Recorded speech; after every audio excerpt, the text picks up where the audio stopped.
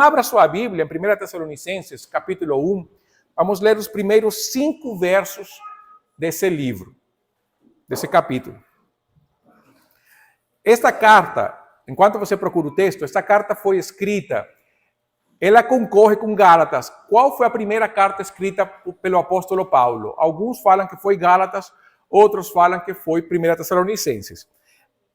A realidade, quando nós vemos a Bíblia, é que a igreja de Tessalonicenses foi fundada na segunda viagem missionária de Paulo, lá em Atos 17. Depois de Filipos, ele percorreu algumas cidades, ficou em Tessalônica, planta a igreja. Por 3 semanas, ele fala com os judeus na sinagoga. Quando o povo continua nessa dureza, ele fala, olha, a vocês foi o primeiro, mas agora que vocês não querem ouvir, vamos para os gentios. Os gentios glorificaram a Deus e estiveram ali. Houve um tumulto grande, e é quando as pessoas chegam e falam, estes aqui que transtornam o mundo chegaram até aqui. Depois dali, Paulo vai para Bereia, Paulo não volta mais para Tessalônica, e nós temos uma carta onde Paulo está completamente alegre. Se você lê 1 Coríntios, se você lê Gálatas, você percebe Paulo bravo, carrancudo. Mas aqui não. Aqui Paulo ele está pulando de alegria, exulta de prazer, de alegria, só de pensar na igreja. Nós vamos ver os primeiros 5 versos, você vai ver isso com muita tranquilidade. Vamos fazer a leitura dos primeiros 5 versos? Paulo, está acompanhando a leitura? Paulo, Silvano e Timóteo, a igreja dos Tessalonicenses que está em Deus Pai e no Senhor Jesus Cristo, graça e paz vos sejam dadas. Sempre agradecemos a Deus por todos vós, mencionando-vos em nossas orações, diante de nosso Pai, de nosso Deus e Pai, lembramo-nos constantemente da vossa fé atuante, do vosso amor prestativo e da vossa esperança bem firmada em nosso Senhor Jesus Cristo. Irmãos amados, sabemos que fostes escolhidos por Ele, porque o nosso Evangelho não chegou a vós somente com palavras, mas também com poder, com o Espírito Santo e com absoluta convicção. Sabeis muito bem como procedemos em vosso favor quando estávamos convosco. Senhor, nesta manhã nós queremos te engrandecer, ó Deus, te louvar pela tua grandeza, o teu cuidado, o teu grande amor. Quão maravilhoso, ó Deus, é estarmos na tua presença e louvar o teu nome. E agora, ó Deus, nós pedimos e rogamos ao Senhor que o Senhor fale conosco, que a tua palavra venha ao nosso encontro, trazendo vida e salvação. Em nome de Jesus. Amém. Perceba, meus amados, que Paulo, quem são os autores? Você vê que não é somente um autor. Quantos autores a carta tem? 3. E se você lembrar, em Atos capítulo 15, quando Paulo começa a jornada missionária da segunda viagem missionária, Paulo e Barnabé se separam. E Paulo escolheu quem? Se alguém lembra. Não, João Marcos foi a causa da separação de Paulo e Barnabé. Paulo escolheu quem? Timóteo está no capítulo 16. Silas. E Silas é o Silvano, que está aqui. Quando nós vemos Silvano na Bíblia, é o próprio Silas que está ali. Então, nós temos Paulo, Silas e Timóteo escrevendo essa carta. E Timóteo aparece no capítulo 16, quer dizer, os 3 que iniciaram a viagem missionária, os 3 que estiveram plantando essa igreja, escrevem essa carta. Paulo era aquele que dava o ditado, e Silvano e Timóteo possivelmente foram os que escreveram essa carta aos Tessalonicenses. E ali Paulo continua e ele vai falar que essa igreja é uma igreja que está em Deus Pai e no Senhor Jesus Cristo. E aí ele cumprimenta com a graça e paz. A graça e paz, nós temos graça, que era a cumprimentação normal dentro da comunidade romana, entre os gregos. Então era graça. Imagina uma mulher chamada Graça, como é que seria cumprimentada, né? E aí, graça? Graça. Enfim, piada ruim, né? Como sempre. E paz era o saludo, era a saudação, perdão, saludo no espanhol. Era a saudação dos hebreus. E é o famoso shalom. Paulo faz o quê? Paulo vai pegar as dois cumprimentos, junta num só, e vai ser a saudação característica de Paulo nas suas cartas. Graça e paz, graça e paz. O que Paulo está mostrando? A graça de Deus, seu eterno favor para seu povo escolhido e a paz que vem como resultado da reconciliação ao viver na bênção permanente por causa da obra redentora de Jesus na cruz. Então já Paulo vai mostrar o que é uma igreja. Uma igreja vive na graça e na paz do nosso Senhor. Nós recebemos de Deus a sua salvação como algo imerecido, resultado da sua graça e misericórdia, mas ao mesmo tempo, por causa dessa obra reconciliadora, nós temos a bênção de sermos chamados filhos de Deus. Nós vivemos numa bênção permanente, e é o que Paulo vai dizer aos Efésios, que fomos abençoados com bênçãos celestiais, com bênçãos espirituais nos lugares celestiais em Cristo. Então, a vida do cristão é uma vida que está imersa na glória do Senhor.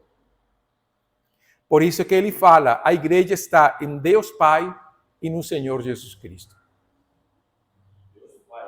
Deus Pai.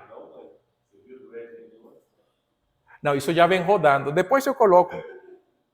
Ah, gente, a questão do Deus Mãe, você não vai estragar meu vídeo com o Deus Mãe.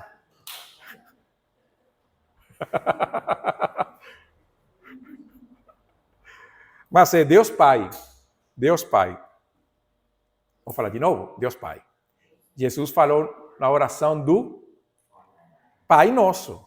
Gente, pelo amor de Deus, não entre nessa jogada. Deus é Pai. Até a pessoa fala, né? Deus é Pai. E é verdade, Deus é Pai. Pai. Hã?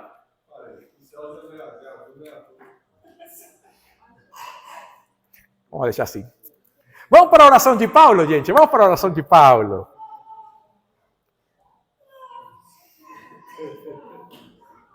Nós estamos ao vivo, né? Isso que é gostoso. Vamos para o verso 2. Veja um detalhe do verso 2. Paulo vai dizer: sempre agradecemos a Deus por todos vós, mencionando-vos em nossas orações. Repare que Paulo vai falar isso na maioria das igrejas. Agora eu pergunto para você, como seria o tempo de oração com Paulo? Já pensou? Vamos orar com Paulo. Você acha que você ia ter uma oração de 10 minutos com Paulo? E, Senhor, eu lembro da igreja tal, que não sei o quê. E Paulo vai lembrar de todas as igrejas que plantou, de todas as pessoas que evangelizou, de todos os líderes das igrejas, de todos os pastores, presbíteros, anciãos, que é a mesma coisa, os diáconos.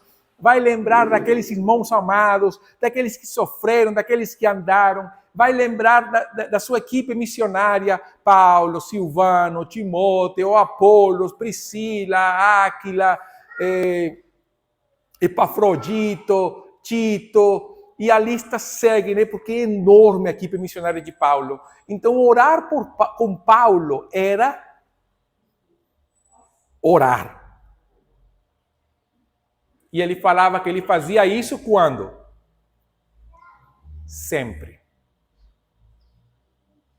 Então, pensa, Paulo, vou ali orar, eu já volto. Não, eu acredito que as pessoas iam junto com ele. Então vamos mesmo. Paulo tinha esse prazer na oração. Ele sempre fazia isso. E ele dava graças a Deus. Vocês percebem no verso 2? Sempre agradecemos a Deus. Por que Paulo agradecia a Deus pela igreja de Tessalonicenses? Por 3 coisas. E você lembra, 1 Coríntios 13, o que a Bíblia fala? De um tripé ali. 1 Coríntios 13. Qual é o tripé? Mas se alguém lembra. Qual é o tripé de 1 Coríntios 13? E agora permanecem esses 3. Quais são? A fé, a esperança. Agora veja. Veja o verso 3. diante de nosso Deus e Pai, lembramos-nos constantemente da quê? Da vossa fé atuante. A segunda questão, do vosso amor prestativo. E a terceira? Esperança bem firmada em nosso Senhor. Qualquer parecido qualquer parecido não é mera coincidência, é a grande realidade. Então, Paulo agradece a Deus pela fé atuante. Essa fé atuante, em outras versões, vai falar operosidade. Quem tem operosidade? Exatamente, em outras versões tem operosidade. Mas é justamente isso, esse trabalho, essa força, essa obra. A fé é algo ativo. A fé é ativa. A fé não é passiva. Sabe quando as pessoas têm fé passiva? Quando eles simplesmente não fazem nada. É uma fé passiva. Eu oro e fico assim. Não faço mais nada. Orei uma vez, suficiente. Eu creio em Cristo, nada vai mudar na minha vida. A fé não transforma a minha vida. Isso não é o que Paulo está falando. Há uma fé ativa. É uma fé que leva a pessoa a proclamar o Evangelho. Se você ler Atos, capítulo 17, você vai ver como eles sofreram. A plantação da igreja foi sofrida.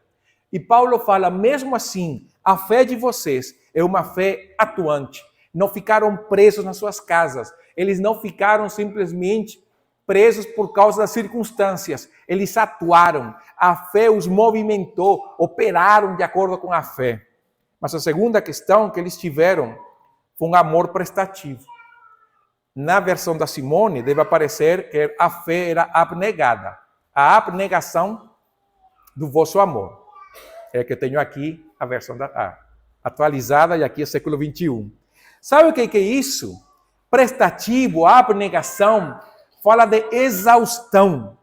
O amor levava as pessoas a agir até o cansaço, até se cansar. Por quê? Porque se eu amo, eu participo das aflições, das tribulações dos nossos irmãos. Se eu amo, eu não vejo a necessidade do outro, e eu vou ficar aqui como se nada tivesse acontecido. Se eu amo, eu não vou olhar a alegria do outro, e eu simplesmente vou ficar aqui como se nada tivesse acontecido. O amor cristão é um amor que é o que Paulo falou para os romanos. Nós choramos com os que choram, e nos alegramos com aqueles que se alegram. Esse é o amor abnegado. É o amor fiel, fraterno. Esse amor que nós devemos ter e que deve permanecer em nós. E por último, Paulo agradece a Deus pela esperança bem firmada em nosso Senhor Jesus Cristo. E eu gosto dessa frase, bem firmada, ou como fala na versão da Simone, a firmeza da vossa esperança. Você sabe o que é ter uma esperança firme? Esperança é aquilo que faz com que nós não desmaiemos. Esperança é justamente o que vai fazer com que nós tenhamos saúde mental. Pense um monte de pessoas que estão na expectativa do que vai acontecer na terça-feira. Você sabe o que vai acontecer na terça-feira? No Brasil, nada. Dia normal, comum. Nos Estados Unidos será a eleição. E tem mais de um na expectativa do que vai acontecer. A eleição é na terça. Tem mais de uma expectativa do que vai acontecer na terça, pelas repercussões que isso trará no mundo inteiro, inclusive no Brasil. Um cristão firme, que tem a firmeza na esperança em Jesus, ele não liga para isso. Não liga. Porque qual é a nossa esperança? Especificamente o que de Jesus? Seu retorno. Lembra que em 1 Tessalonicenses, Paulo vai falar sobre quê? A volta de Jesus. E Paulo já aqui no capítulo 1, agradecendo a Deus, já introduz seus temas. Fé, esperança e amor. Mas pense a importância de sermos uma igreja que vive na firmeza da esperança. Nada abala uma igreja que vive na esperança da glória do Senhor. Você, eu, se vivermos na esperança da glória do Senhor, nós não seremos abalados. Sabe por quê? Porque o mundo passa, seus desejos vão passar, as expectativas dos homens vão passar, as pessoas vão nos decepcionar. Jesus não. Isso é fácil de dizer, nós esquecemos isso com muita facilidade. E Paulo agradece a Deus porque essa igreja não tinha perdido essa esperança. Era para Paulo um motivo de grande alegria. Mas não somente isso. Paulo, então, ele vai mostrar como é que ele sabia que essa igreja era uma igreja que estava em Deus Pai e no Senhor Jesus Cristo. E esses são os versos 4 e 5, quando Paulo fala: irmãos amados de Deus, sabemos que fostes escolhidos por Ele. Por quê? Como é que Paulo sabia que essa igreja era uma igreja escolhida por Deus? E nós podemos pensar, porque eles aceitaram Jesus, porque eles fizeram isso, porque eles fizeram aquilo. E Paulo vai usar de novo 3 características para falar por que ele acreditava que eram escolhidos de Deus. E está no verso 5. Paulo fala, porque o nosso evangelho não chegou a vós somente com palavras. Veja que Paulo vai colocar esse fundamento, em primeiro lugar, não nos Tessalonicenses. Ele vai colocar o fundamento da eleição dos Tessalonicenses na ação de Paulo e Silas. Porque o evangelho não chegou a vós somente com palavras, mas também com poder, com o Espírito Santo e com absoluta convicção. 3 coisas. Palavras. Como é que Deus agradou salvar o mundo? 1 Coríntios. Agradou Deus salvar o mundo pela loucura da pregação. Às vezes, nós não queremos pregar e vem aquela frase, eu acredito que é completamente descontextualizada, quando alguém falou, não lembro quem é, pregue, se possível, use suas palavras. Isso não está na Bíblia, isso é antibíblico. A Bíblia fala pregue, a tempo e fora de tempo. Entenda. Por isso que eu acho que essa frase está descontextualizada, porque o que a Bíblia vai falar é que nós devemos pregar. Paulo fala, o evangelho chegou a vocês não somente com palavras, quer dizer, ele chegou com palavras.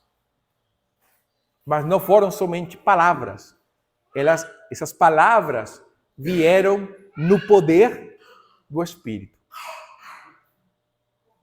E com absoluta convicção.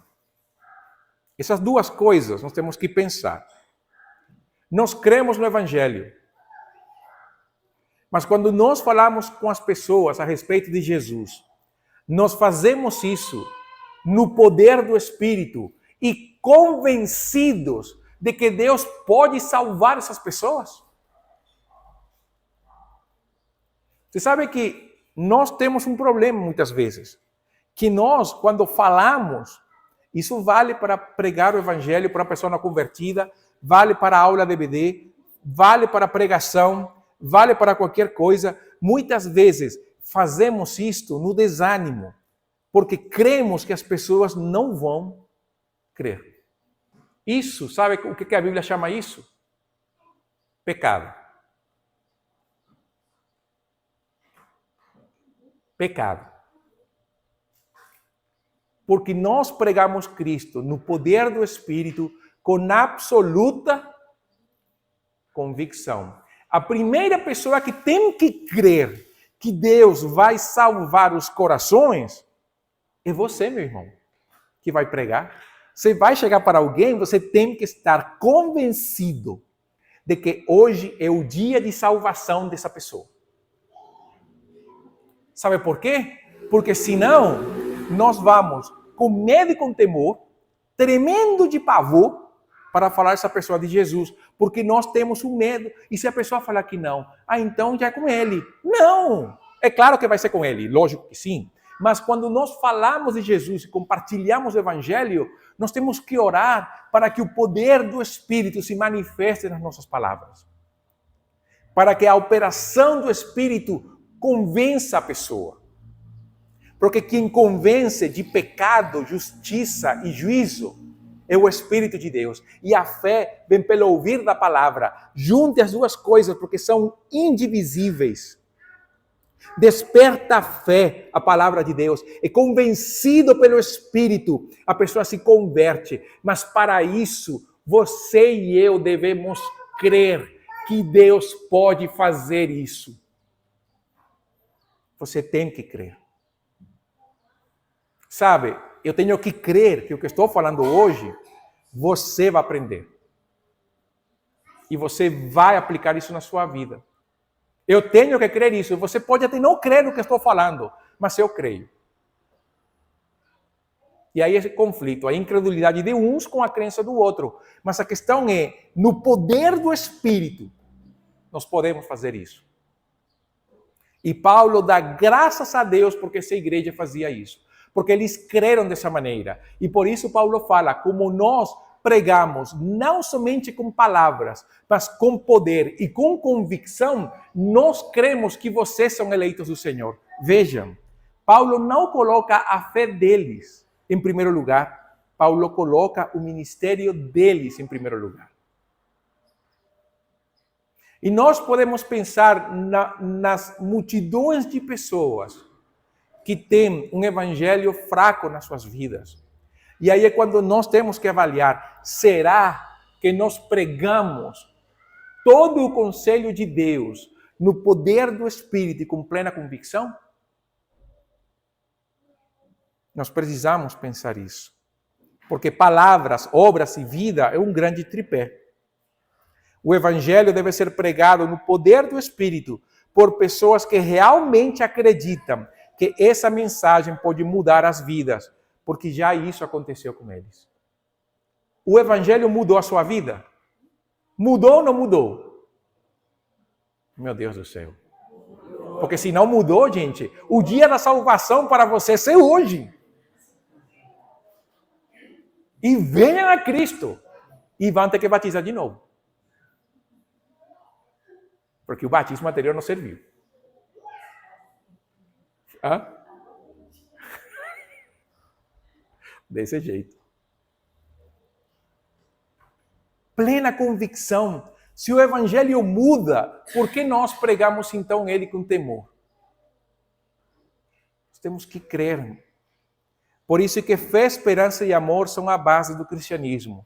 Uma fé viva impacta a vida em toda a sua extensão. Um amor abnegado ajuda em tempos de aflição e estende a mão sempre. Uma esperança viva faz com que sempre tenhamos alegria no meio do sofrimento. E nós temos que despertar para a essência da realidade da fé na nossa vida. A fé. Nós vivemos nas expectativas de coisas materiais. Nós vivemos naquilo que vemos, naquilo que para nós é existente. Mas nós precisamos encher a nossa vida da palavra de Deus. É muito fácil nós entrarmos na correnteza deste mundo e deixarmos levar por isso. Os afãs, a vida, as expectativas, os valores e princípios, mas nós somos aqueles chamados a andar contra a correnteza, no poder do Senhor, alicerçados na palavra, para que nós possamos experimentar essa transformação que Deus pode fazer nas nossas vidas. E assim, nós começamos a praticar o amor. Um amor que se estende principalmente aos domésticos da fé. Principalmente a nossos irmãos em Cristo. E ter essa esperança presente. Sabe que é importante? E uma coisa que nós temos esquecido. Antes, quando alguém estava desanimado, o que as pessoas diziam para essa pessoa era: olha, fica triste não, Jesus está voltando. Hoje a gente não fala isso mais. A volta de Jesus não é mais um motivo de ânimo, de consolo, de esperança. A volta de Jesus agora é motivo de manipulação. Você está triste? Jesus está voltando, você está preparado?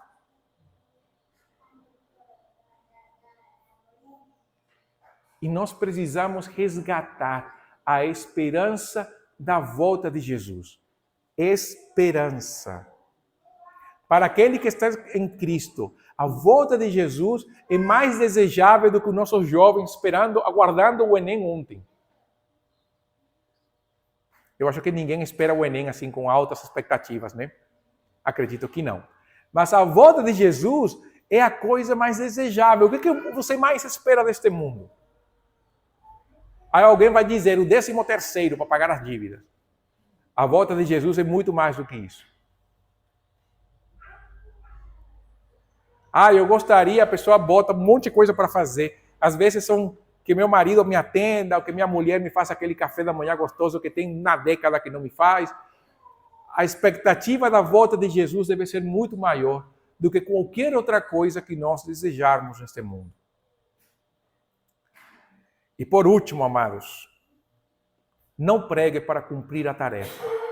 Não pregue somente para dizer, preguei, pronto, falei, que Deus agora veja o que vai fazer. Nós precisamos crer. Jesus falou que quando o Filho do Homem retornar, ele achará fé na terra.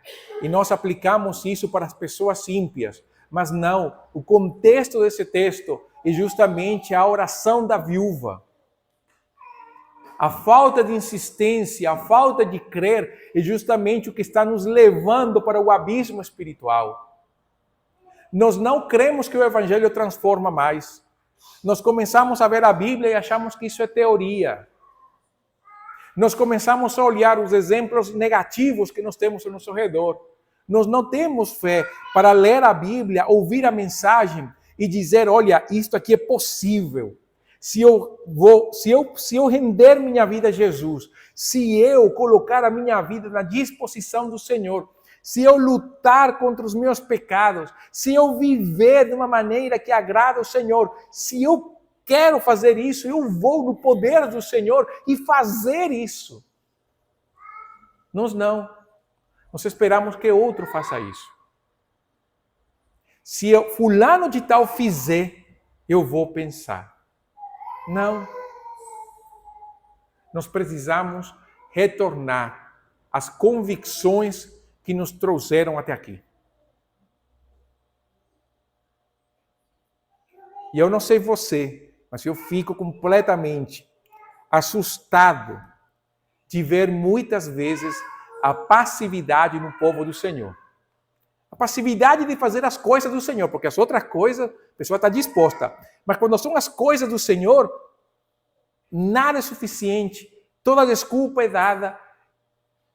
E onde está a convicção? Porque a convicção me leva à ação. Nós precisamos de convicções santas. Restaurar o fogo interior da vida cristã e andar naquilo que Deus quer que eu ande, andando no seu caminho, nos seus estatutos, andando no amor do Senhor, vivendo para o Senhor, na fé, na esperança, no amor, na certeza de que eu posso ser um instrumento de Deus nas vidas que estão ao meu redor, pregando a palavra no poder do Senhor com plena convicção. E olha, quando nós participamos da ceia, participamos justamente porque nós cremos que Jesus morreu pelos nossos pecados, tomou nosso lugar na cruz, que Ele ressuscitou ao terceiro dia, que Ele nos salvou das trevas, nos trouxe à luz e hoje, como corpo, podemos participar desta comunhão preciosa por causa dEle. E quando nós participamos da ceia, sabemos que cada ceia que nós participamos é uma ceia a mais dentro das nossas celebrações da ceia, mas é uma ceia a menos para o momento glorioso em que nós participaremos da ceia com o nosso Senhor. Ceia é momento de fé, porque nós temos que crer que Jesus morreu e ressuscitou pelos nossos pecados. É momento de amor, porque nós temos que discernir o corpo do Senhor, no sentido de que estamos unidos ao Senhor num corpo, e esse corpo é a igreja. E a vida da igreja é uma vida que anda no amor do Senhor. E é um momento de esperança também, porque nós sabemos que cada ceia aponta para a volta de Jesus. Maravilhoso, né? Lindo demais. Vamos inclinar nossas cabeças, vamos ter um momento de oração.